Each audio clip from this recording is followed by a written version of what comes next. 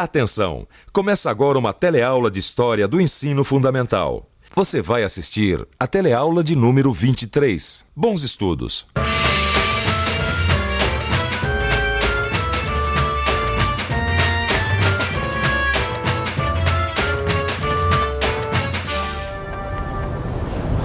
Na teleaula passada, nós olhamos através desse telescópio e vimos a primeira parte do panorama da República Velha. Só para recordar. A República Velha teve uma fase militar, com os presidentes marechais Deodoro da Fonseca e Floriano Peixoto. Em seguida, veio a fase oligárquica, com os presidentes civis Prudente de Moraes, Campos Salles e Rodrigues Alves. Durante esses governos, aconteceram revoltas e reformas, mas havia um ponto em comum entre todos esses governos.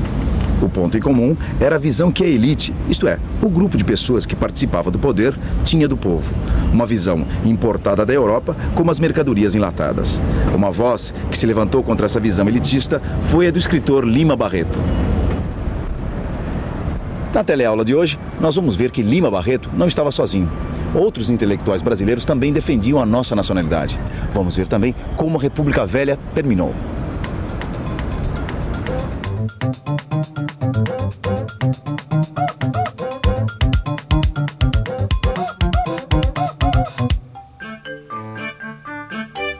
Antes de entrarmos de novo no Palácio do Catete, centro do poder da República Velha, vamos dar uma olhada na opinião que a elite e os intelectuais ligados a essa elite faziam do nosso povo. Para a elite brasileira, o padrão ideal de civilização vinha da Europa. E na Europa havia interesse em defender a teoria da inferioridade dos povos não brancos. O nome desta teoria era darwinismo social e tentava reforçar cientificamente o preconceito racial. Essa teoria racista servia aos interesses dos países industrializados da Europa. As populações não brancas eram inferiores. Aí vinha um problema para os intelectuais que adotavam essas ideias aqui no Brasil. Qual seria esse problema? Vamos pensar um pouco? Vamos pensar um pouco. Eu sei qual é esse problema. Claro, nós brasileiros somos um povo mestiço. A maioria da nossa população não é branca. Como então as elites poderiam civilizar a população se a população não era branca e, portanto, não era considerada? Será que não apareceu ninguém para criticar esse racismo? Apareceu gente que criticou esse racismo, sim. E dois deles nós vamos ver agora. Um dos mais importantes críticos do racismo foi Alberto Torres, político e jurista fluminense. Ele escreveu: as diversas variedades humanas, habitantes do nosso solo, são capazes de atingir o mais alto grau de aperfeiçoamento moral e intelectual atingido por qualquer outra raça. Monteiro Lobato também defendeu sua gente. Ele ficou famoso por ter escrito os livros do Sítio do Pica-Pau Amarelo e por ter inventado o caipira Jeca Tatu. Jeca Tatu era um preguiçoso que obedecia à lei do menor esforço. Mas o próprio Monteiro Lobato ficou de bem com Jeca Tatu em outro livro que escreveu, Urupês. Nesse livro, ele disse: eu ignorava que eras assim, meu caro Jeca, por motivo de doenças tremendas. São elas que te fazem papudo, feio, molenga, inerte. Tens culpa disso? Claro que não. És tudo isso sem tirar uma vírgula. Mas ainda és a melhor coisa desta terra. Monteiro Lobato entendeu que o problema do homem do campo era social e não racial. A partir daí, passou a defender o saneamento como bandeira da salvação nacional. Saneamento quer dizer ensinar e praticar higiene, tornar a vida sadia. E agora, vamos voltar aos nossos presidentes e seus governos. O paulista Rodrigues Alves saiu, entrou o mineiro Afonso Pena, em 1906. Começa então a época da política Café com Leite. Você se lembra daquele samba de Noel Rosa? Paulo dá café, Minas dá leite, e a Vila Isabel dá samba. Pois é, na política do Café com Leite, Minas e São Paulo se juntavam para apoiar um único candidato à presidência da República. Afonso Pena protegeu a indústria nacional subindo os impostos sobre importações. Os imigrantes estrangeiros, no entanto, continuaram a ser bem recebidos. Vieram os primeiros japoneses e milhares de sírio-libaneses. Durante o governo de Afonso Pena, 2 brasileiros brilharam na Europa: Santos Dumont e Rui Barbosa.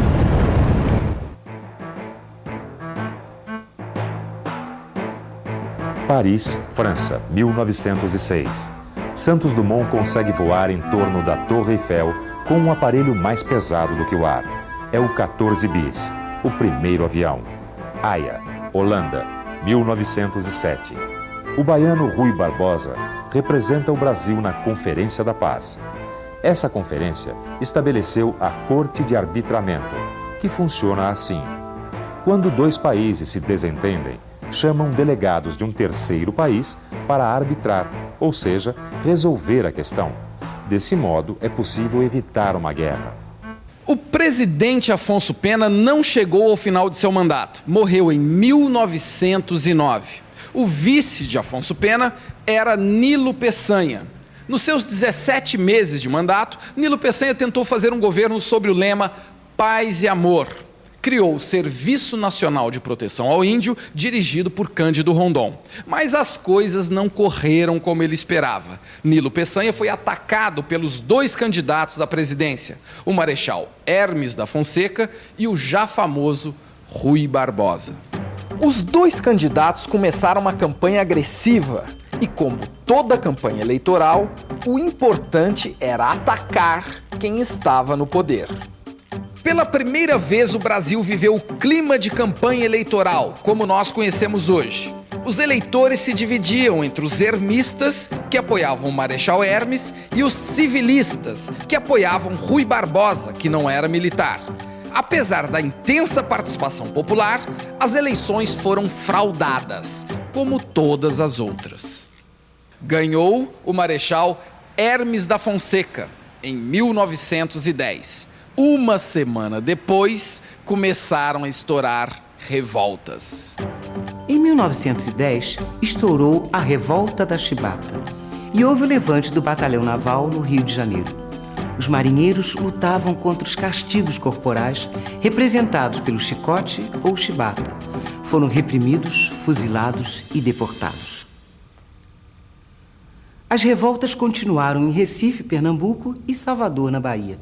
Desta vez, porque o presidente Hermes e seu braço direito, o senador Pinheiro Machado, tentaram derrubar oligarquias regionais que não apoiavam o poder central.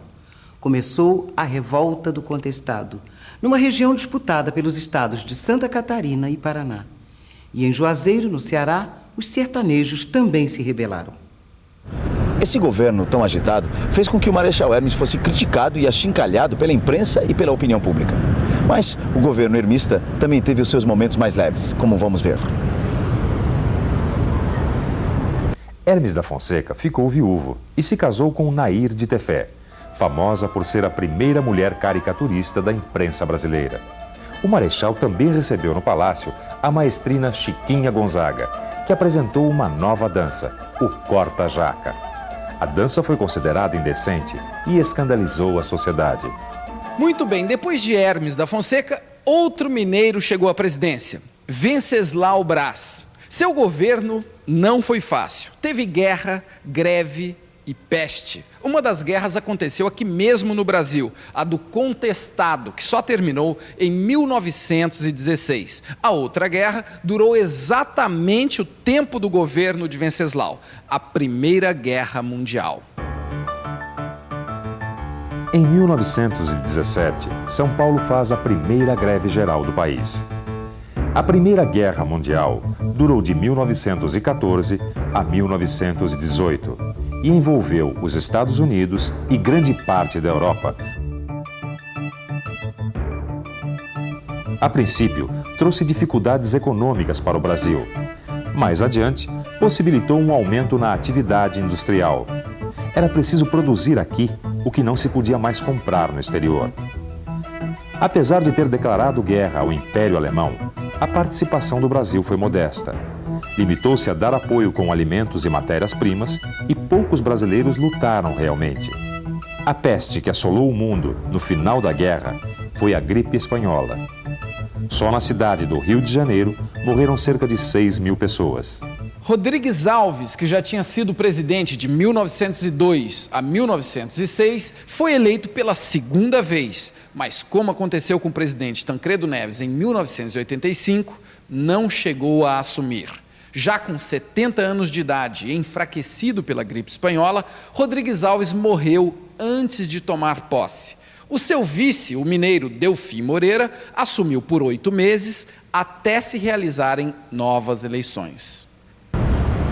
Você se lembra da política café com leite, que elegia um presidente paulista e outro mineiro alternadamente? Pois ela não funcionou na sucessão de Delfim Moreira. As oligarquias resolveram apoiar um candidato de outro estado. O nosso velho amigo Rui Barbosa mais uma vez se candidatou à presidência e mais uma vez não se elegeu. É a mesma velha história. Nas capitais, onde as pessoas tinham mais liberdade, dava Rui. No interior, os coronéis elegiam quem eles queriam. Isso mesmo, e o eleito desta vez foi o paraibano Epitácio Pessoa.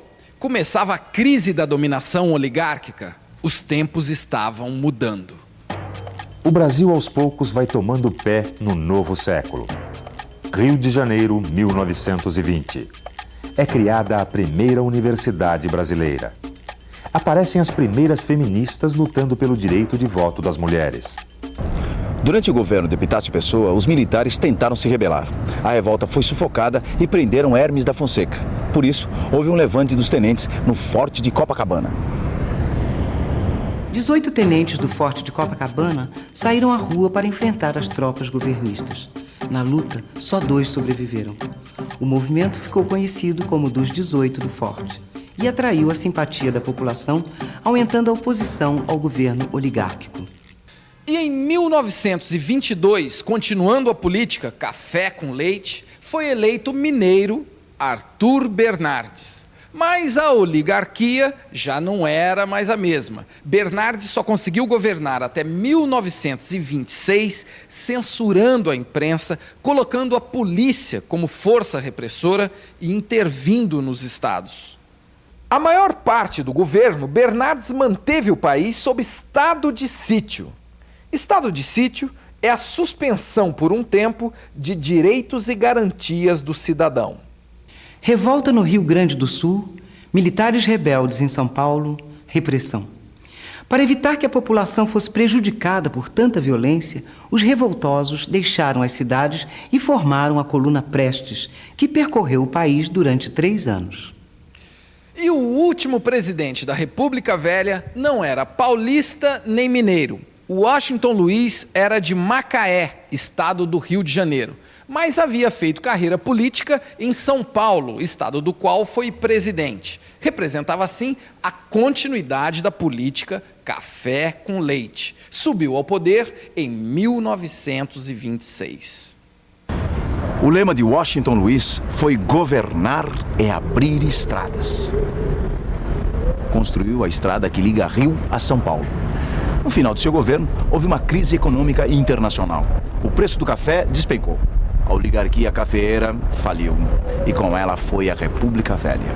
Em 24 de outubro, a Revolução de 1930 depôs o presidente. E atenção, se liga aí que é hora da revisão. Na teleaula de hoje, nós voltamos a falar da posição da elite que achava que o problema da população brasileira era racial. E vimos também que havia intelectuais que defendiam a população. Para eles, o problema era que a elite no governo não atendia às necessidades do povo. O problema era social. Depois, acompanhamos os presidentes da fase oligárquica, onde quem dava as cartas era a oligarquia do café. Vimos também que, com o tempo, alguns setores da sociedade foram se rebelando contra o poder das oligarquias, terminando por depor o presidente com uma revolução. E que tudo isso aconteceu porque o mundo mudava. A República Velha, como o próprio nome diz, não se adaptou à evolução cultural e social do país e do mundo. Muito bem, hoje nós tivemos uma visão panorâmica dos acontecimentos que tanto abalaram os moradores deste palácio. Na próxima teleaula nós vamos estudar o outro lado, os movimentos sociais que estremeceram e acabaram derrubando a velha república. Até lá!